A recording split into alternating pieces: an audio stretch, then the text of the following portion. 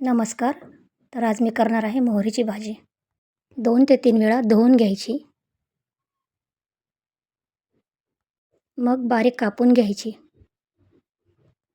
कढईत तेल गरम झाले की बारीक कट केलेला लसूण, मिरची आणि टोमॅटो घाला, थोडंसं परतून घ्यायचं.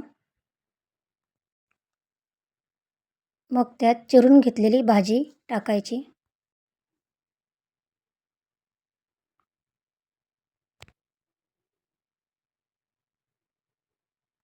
एक ते 2 मिनिटासाठी झाकण ठेवायचे.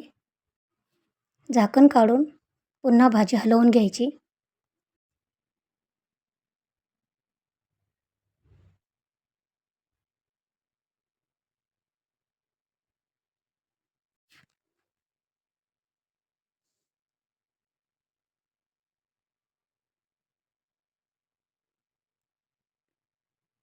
मग चवीपुरते मीठ टाकायचे. नंतर भाजलेला शेंगदाण्याचा कूट घालायचा.